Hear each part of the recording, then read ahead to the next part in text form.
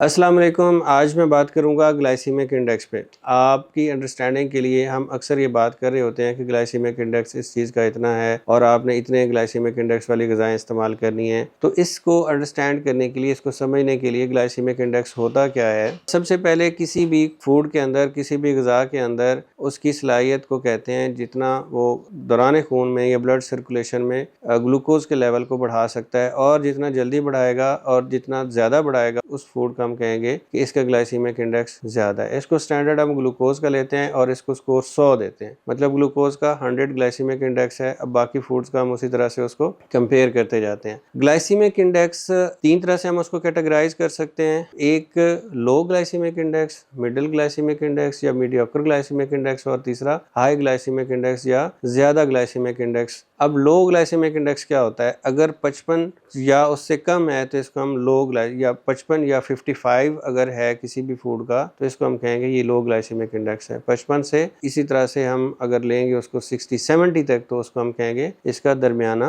Glycaemic index है, और जो इससे ज़्यादा होगा उसको हम हाई ग्लाइसीमिक इंडेक्स कहेंगे, अप टू 100। अब मैं कुछ एग्जांपल्स देता हूँ कि मुख्तलिफ ग़िज़ाओं का ग्लाइसीमिक इंडेक्स कितना होता है। ग्लूकोज का मैंने आपको कहा, जैसे उसको हम स्टैंडर्ड स्कोर उसका लेते ही हैं कि वो स्टैंडर्ड भी वही है तो उसका 100 होता है। 100 ग्लाइसीमिक इंडेक्स होता है ग्लूकोज का, और बाकी उसी के स्कोर को हम कंपेयर करके बात करते हैं कि इसका ग्लाइसीमिक इंडेक्स कितना है किसी भी फूड का। तो मुख्तलिफ ऐसी ग़िज़ाएँ जिनका ग्लाइसीमिक इंडेक्स कम होता है उसमें लेंटिल्स या दालें हैं, और सबसे कम ग्लाइसीमिक इंडेक्स जो है वो जौ का होता है, बार्ले का होता है, दैट इज़ अराउंड 32, और इसी तरह से दालों का अराउंड 50 है। इसी तरह से ज़्यादा ग्लाइसीमिक इंडेक्स वाली जो चीज़ें हैं वो चावल हैं या वाइट फ्लोर है या चीनी, वो तो स्टैंडर्ड ग्लूकोज भी हम उसको लेते हैं। तो ये ऐसी चीज़ें हैं जिनका, या डबल रोटी है, इन व्हीट जो आपका है होल व्हीट, उसका ग्लाइसीमिक इंडेक्स भी कंपैरेटिवली ज़्यादा होता है। लेकिन वाइट राइस का अगर आप फूड्स की बात करें जो रूटीन में हम इस्तेमाल करते हैं तो उसका ज़्यादा होता है। तो ये चीज़ें हैं चंद एक जिनका ग्लाइसीमिक इंडेक्स ज़्यादा होता है, वो आप अपनी ग़िज़ा में कम करेंगे। अगर आप शुगर